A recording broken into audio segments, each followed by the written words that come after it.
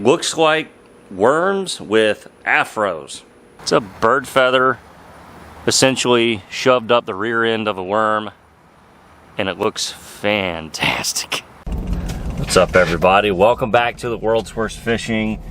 This video is going to require a trip to the craft store, right? But first, we need a haircut. All right, much better. I feel and look like a human again. So this video is going to be fun because we're going to try to put little furries and fuzzies and feathers in a plastic bait. Now, I have seen this done before. I personally have not ever tried it. So I think it's going to be really fun. I think we're just going to essentially inlay it into the mold, close the molds and inject and hope for the best. But I think it'll be really cool. It's sort of the same concept that you see nowadays where people are putting jig skirt material in molds. Probably made famous by like the little dice, you know, like the fuzzy dice as they're called. It's just jig material in a mold. But we're going to do it with some other materials. So what we're going to do is we're going to head up to probably Hobby Lobby, I think is the closest craft store to me, and we're just going to look around and try to find some stuff that we can put in a bait. Okay, everybody, here's what I could find. We have some bird feathers in some really beautiful colors. Fancy feathers. Yeah. Okay. All right. So we have our fancy feathers. We have, what is this thing actually called? A pom-pom. You would not believe that no store in Tallahassee, not a Hobby Lobby or a Michael's, sold this like fake hair material by itself. Nope, there's like no little variety pack of colors of just fibers. So I'm literally going to have to cut it off of a pom-pom ball. And let's see, we got some more feathers. These were really cool. These are little pheasant feathers. Man, if I can stick that in the back of a worm cavity and come up with a color that looks good with that, that'll be the crown jewel. And then, because we are a bait maker, just wanted to show you guys, never ever underestimate what you can do with sponges, okay? Particularly once you put one of these on a stick, right? So you've probably seen these at Walmart or any craft store. You know, the little foam sponge on a stick. What you can do with dotting paint with this kind of stuff to splotch in a pattern is phenomenal. So we almost need to do a dedicated video on just sponges. Alright, so I've cut some of this hair off. And it's got to be a small enough amount of it, right, that I can sort of set it right sort of in the back of the cavity. But it also needs to be a small enough amount that when I close the mold, it actually closes the mold, right? So, yeah, you can see a little bit of the hairs are poking out there. Alright, so I think that's how we're going to do this. Yeah, I think that's how it's going to have to go. So, yeah, that's what we're going to try here. Yeah, you definitely can't do this in direct wind or with your fan blowing right over your work area. That's not going to work. So yeah, just these little, sort of these little clumps, right? Heck, I don't know. I have no idea. I have no idea if this stuff can hold up to the temperature of the plastic or if it's just going to shrivel up and just wither away. You know, on the first shot. You know, what it will definitely do is bond well, though. Like, once you inject that mold with plastic, this stuff is going to be permanently affixed. Right? So it ain't pretty, but I'm thinking this is how it's going to have to be, people. Tell you what, one sneeze and I'd be screwed. Okay.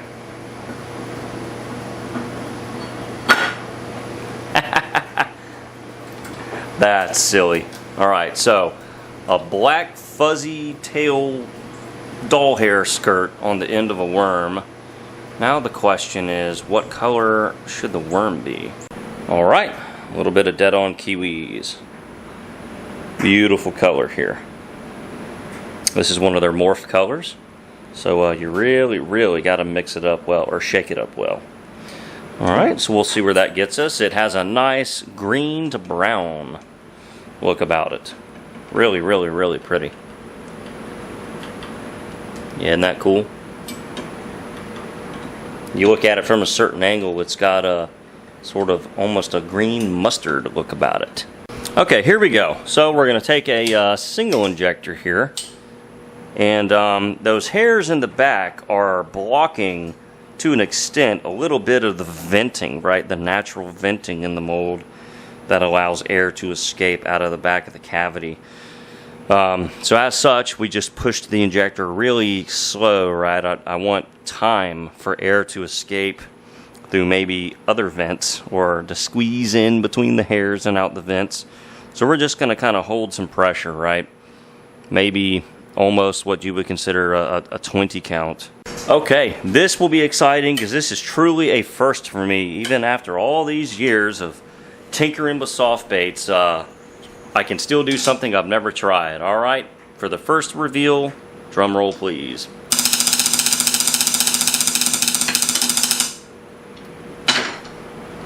Alright, here goes, I don't even know what.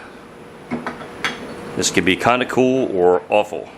Hey, kind of cool. Okay, alright. So we definitely want more, right? Because it just looks a little thin, right? It just looks like there's not enough material. Okay. Let's get this one out, see if this one did any better. Yeah, that one did a little bit better, except for the fact that not all of that is actually in the cavity. What I am finding, though, is that it actually filled in, right? The worm filled in all the way. Okay. And it looks like the material did not just wither away and die from temperatures. So I'm actually pretty encouraged here. Okay, so as you can see, the second round, everything is just more. We're going to have a lot that actually we're going to need to clean up off the edges, because most of that material isn't even in that cavity. But hopefully this will create a little bit more fuller of a tail, right? Just a little more full look coming out the back, instead of it looking like it's lost all its hair, right? Alright, round 2 of the fuzzies. Oh, you know what? Those look a lot better. The question is, once we kind of clean them up, how will they look? Alright, so we'll give you a little bit better view here. The angle view always looks good. You know what this looks like? It looks like worms with afros. Alright, there it is.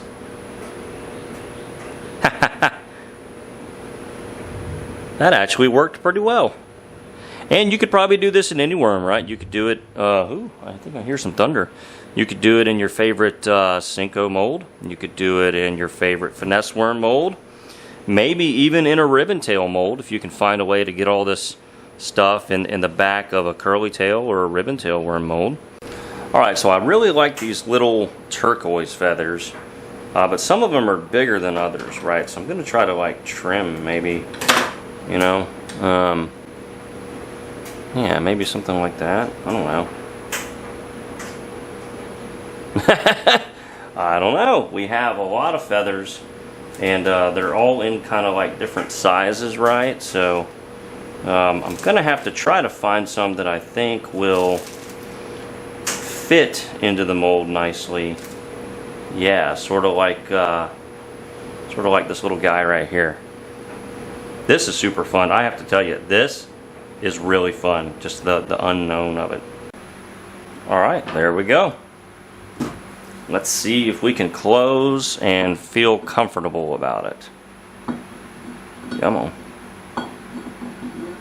Maybe not. Here we go. Alright, so for our sort of blue turquoisey feathers, we're going to go with a black body worm with some blue turquoise hologram flake. I think that'll look pretty nice. And the black might sort of hide the evidence of the feather quill in the tip of the worm, just because black is such a dominant color. That's sort of what I'm hoping for, is for it to sort of hide a little bit of what's going on there. So Let me get my little spoon here. Dead on water flake. Is that going to match nice or what? So I think that'll look pretty cool. And again, you know, we're just going to keep the worm bodies pretty simple today. Yes, you could laminate. You could get out your dual injector and laminate. You could swirl. You know, as crazy as you want to get, I think you're good to go.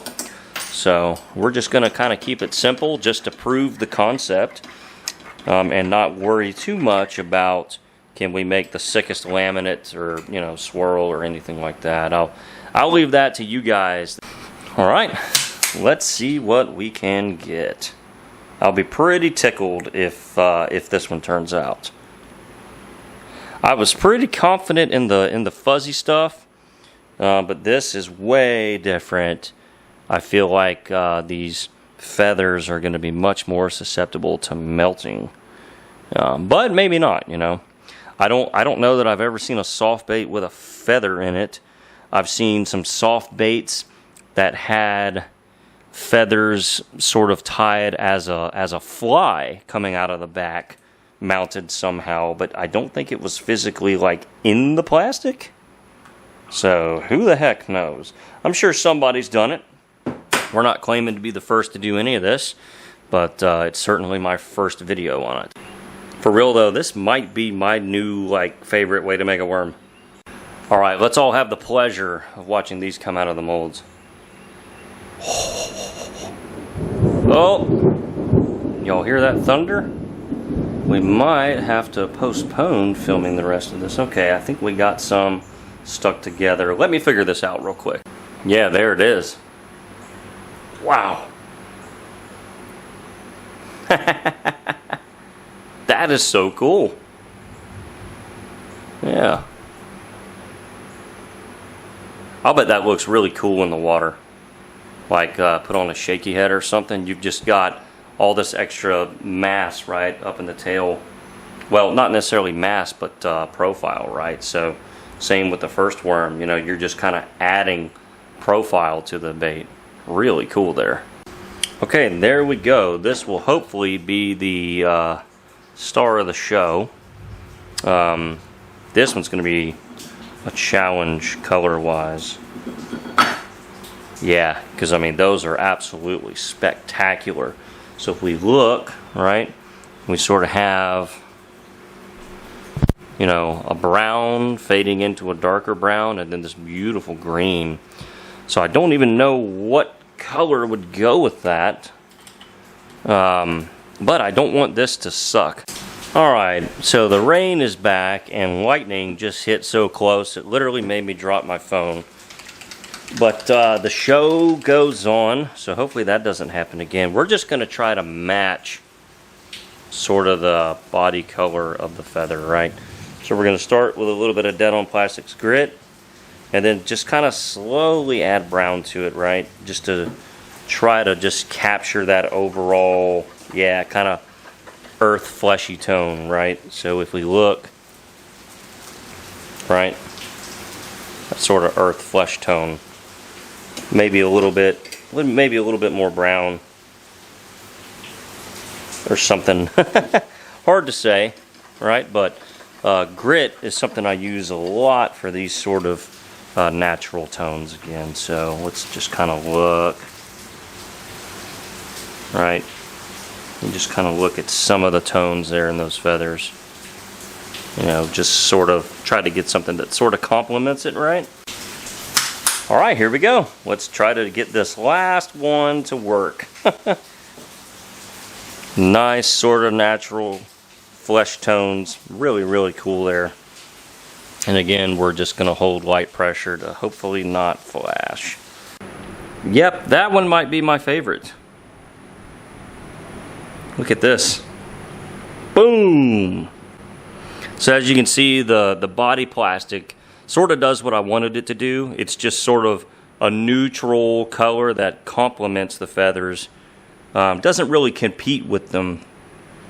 So that's exactly how I wanted it to go. It's very, very different visually from those, but sort of the same concept, right? So again, we'll sort of look at all three here. Really neat. Okay, now comes the fun part. We're gonna rig a few of these up and tank test them and just see what this looks like. You know, this could be really great. I think it's gonna look super cool in the water.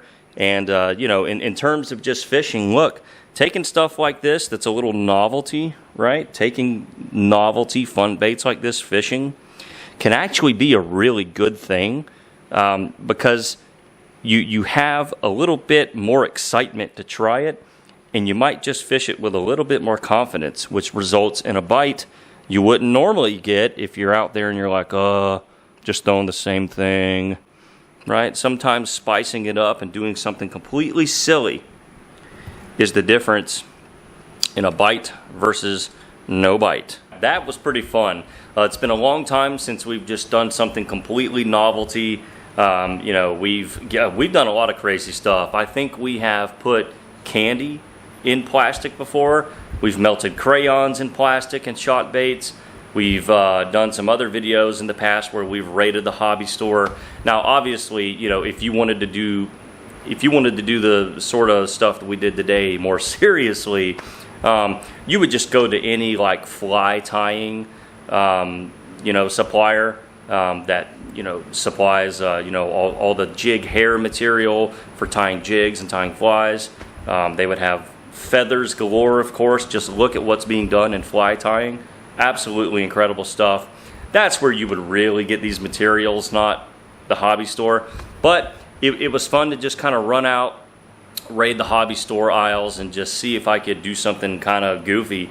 And I actually really like where this got. I mean, well, where it led. Those baits are absolutely amazing.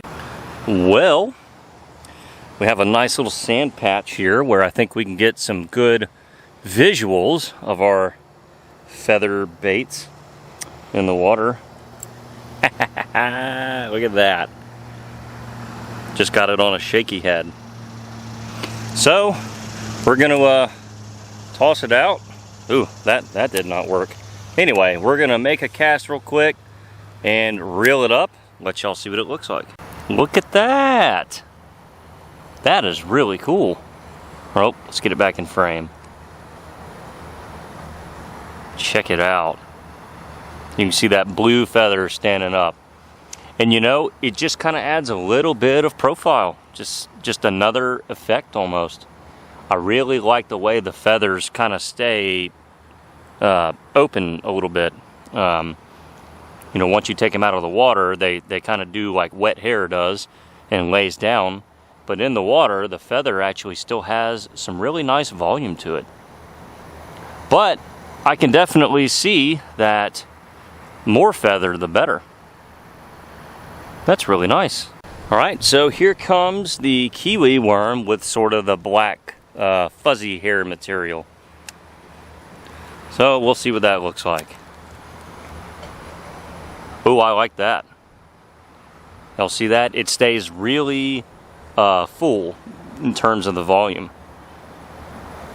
That's awesome. Okay, let's try to kind of move it now across the frame. Wow. Sorry about the ripples. The wind just picked up. We're gonna have to cut it. Okay, we're back. Yeah, wow. That one is my favorite so far. Just in terms of how the material contrasts and how it stays fluffy, right? I guess the volume of it stays intact. There's a little bluegill over here on the left coming to look at it. That's hilarious. Look at him. You can see that bluegill now. He's right there. That's funny. Next we have this one. Let's get this last one in the water. Oh wow. Now that one has excellent contrast too. Look at all these bluegills coming in here thinking they want a piece. Yeah, those feathers definitely stay a little bit bigger, which that was a bigger piece of feather. Yeah, wow. I like this color a lot. This is sort of the, look at that. That fish just bit it. I hope y'all saw that. Literally, a bluegill half the size of the worm just came up and smoked the back end of that thing. All right, well, they definitely work. You're reading that right. 105 degrees. That's why I didn't stay out there longer. All right, everybody. Well, that was really fun, and I consider it actually a very big success. You know, this was sort of a fun kind of novelty. Let's just goof off and make some fun, crazy baits for YouTube. But I have to say, after seeing them in the water, man, I'd throw that all day with confidence. I'm going to make a few more of these for myself. Those look incredible. I mean, they absolutely look fantastic in the water. And arguably, the one just with the, you know, Barbie doll hair material probably looked a little bit better in the water, just in terms of how it puffed out and held its volume. You know, the bird feathers to me are prettier, of course, and you can probably do a lot more with this. Both looked really good in the water, and just having that little, you know, wave or extra poof, you know, some more movement in the water. Who knows, right? The bluegills sure seem to like it just down there. I have to say, that was actually really fun. It worked out way better than I thought. I thought, oh, you know, this will just kind of be a fun little YouTube thing, like when we melted crayons or something. No, this is very practical. This is very usable. I would throw that absolutely all day long. If you pour baits at home, try it. Try this. Grab some feathers, grab some jig hair material off of, you know, maybe like a fly tying website again. You know, you can get way better stuff through there than I did just, you know, going down the aisles of the hobby store. That was just sort of for the fun of it. But if you want to take this seriously, which I kind of recommend you do after seeing how good they looked in the water, definitely get the real stuff. And I think you're going to be really pleasantly surprised. This was awesome, guys. Let me know down in the comments below, would you throw something like this? I'm definitely going to throw some more of those. Those looked incredible. So let me know down below, would you cast or would you pass? And we'll see you guys in the next video.